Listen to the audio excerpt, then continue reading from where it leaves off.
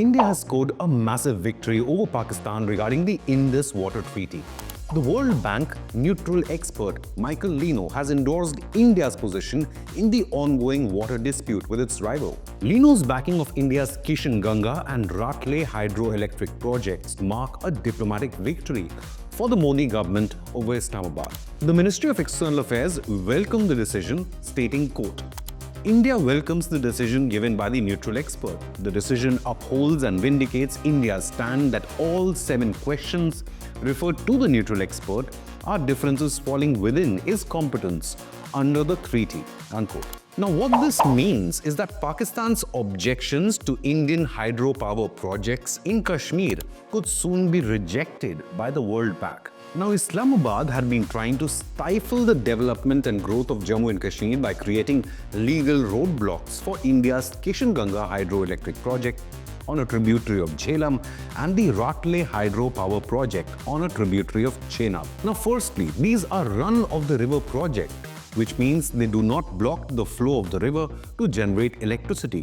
Yet, Islamabad had been attempting to create further legal roadblocks. Now, this latest decision also solidifies New Delhi's long-held stance that disputes under the Indus Water Treaty should be resolved through a neutral expert mechanism and not through the arbitration at the Permanent Court of Arbitration in The Hague, as Pakistan had persistently demanded. The Ministry of External Affairs explained that now the neutral expert will hear the two sides on the merits of their arguments, culminating in a final decision. India is confident of getting a favorable verdict, while Pakistan is clearly rattled. The decision comes at a critical time as India and Pakistan are locked in discussions about reviewing and potentially reshaping the entirety of Indus Water Treaty under Article 12. Now, this crucial clause empowers both the nations to revisit and renegotiate the treaty's provisions provided there's mutual agreement, opening the door for a much-needed update to an agreement that has governed water sharing for over 6 decades now. The IWT has survived 3 wars in 1965, 1971, and then Kargil, and India has never impeded the flow of water to lower riparian state Pakistan.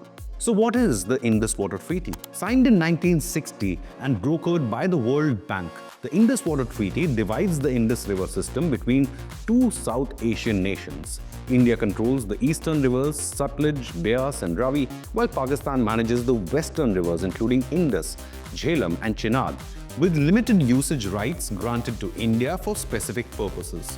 Shockingly, in effect, Jawaharlal Nehru agreed to India getting only 30% share of the water system, while Pakistan enjoys a 70% share of the Indus River system. Frankly, I am surprised that Nehru government agreed to such lopsided water sharing agreement in the first place. To resolve disputes, the treaty includes mechanisms like Permanent Indus Commission, a neutral expert, and then finally, the Court of Arbitration. Now, while Pakistan initially sought a neutral expert's review in 2015, it later unilaterally shifted directly to arbitration, a move which India argues contravenes the treaty's dispute resolution mechanism. So the World Bank expert Michel Lino has now taken a decisive decision, stating, quote, having carefully considered and analyzed the parties' submission, the neutral expert finds that he should proceed to render a decision on the merits of the points of difference, unquote. After 3 rounds of meetings and a site visit to the projects last June, Lino rejected Pakistan's claims. Instead, he upheld India's argument that these issues fall squarely and entirely within the treaty's provisions. So what's next? The World Bank expert will now hold another set of hearings with India and Pakistan and then issue a final ruling, which is expected to clear the run of the river Kishenganga and Ratle hydroelectric projects, providing further boost to electricity network and agriculture in Kashmir.